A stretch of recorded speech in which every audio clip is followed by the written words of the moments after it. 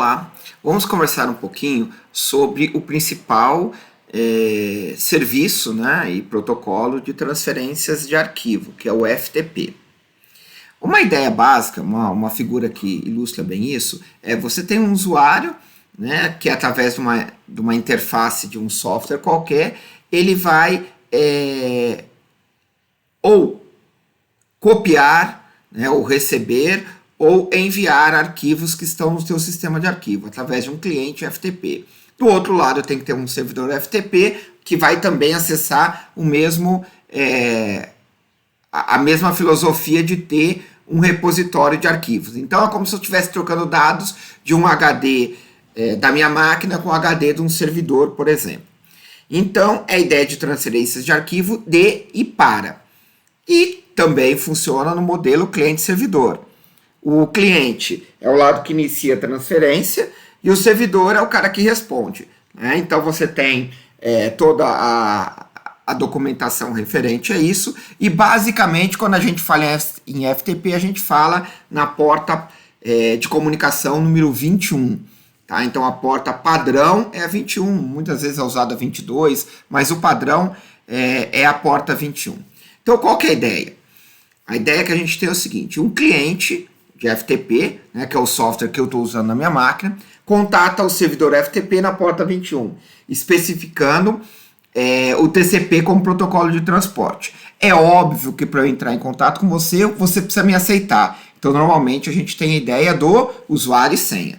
Então, quando eu estou contactando, eu estou tentando de alguma forma, né, quando eu faço aí, o cliente obter autorização para conexão de controle. Ele só vai me autorizar se eu estiver na lista de usuários autorizados a acessar aquele servidor. Então, normalmente, eu preciso de um usuário e senha. O cliente procura o diretório remoto, enviando comandos, né, mude de diretório, liste o que tem no diretório, né, como se a gente estivesse dando os comandos básicos no nosso computador, só que ele funciona de forma remota, que é para eu poder navegar na árvore lá de diretórios do computador, que está servindo para mim, que está fazendo o papel do servidor. Quando o servidor recebe um comando para uma transferência de arquivo, ele abre uma outra conexão. Então essa figura mostra uma coisinha legal. A comunicação nossa é feita numa porta. A transferência do arquivo é feita em outra. Por padrão, 21 o controle, que é a troca de comandos, e 20 é a transferência do arquivo. Então aqui ele fala, quando o servidor recebe um comando para uma transferência de arquivo, ele abre uma conexão de dados TCP para o cliente. Após a transferência desse arquivo, ou seja, depois de todo o fluxo de bytes para ele, o servidor fecha essa conexão. E o servidor abre uma segunda conexão de dados TCP para transferir outro arquivo e assim consecutivamente.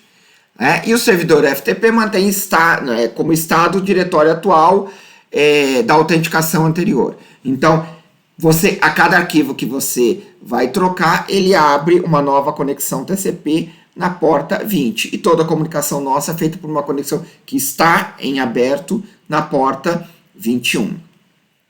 Existe a possibilidade em alguns sistemas do famoso FTP anônimo. Qual que é a ideia do FTP anônimo? É quando você... É como se você tivesse um usuário de uso geral.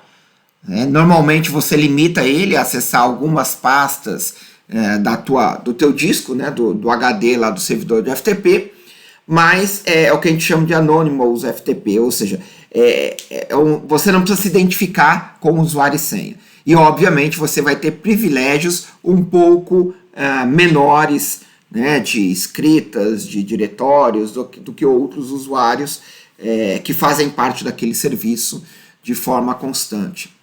Existem alguns comandos básicos, né? Então, para identificação do usuário, para identificação de senhas, para listar diretórios, para navegar em diretórios, para receber um arquivo ou mesmo para armazenar um arquivo. Todos esses são comandos básicos que a gente tem. E, assim como a gente tem comandos, a gente também tem os códigos dessa conversa. Então, tem uma lista de códigos, onde cada código tem, obviamente, um significado. Então, tem, por exemplo, o 331, username ok e password required, ou seja, aceitei o usuário e me manda a senha. Aí depois tem um de conexão de dados, que tem uma conexão aberta. O outro que não consegue abrir uma conexão, o outro um erro de escrita, e existem erros para tudo. Então você, lá na FRC, você descobre a lista completa desses erros. E existem várias ferramentas de FTP disponíveis atualmente.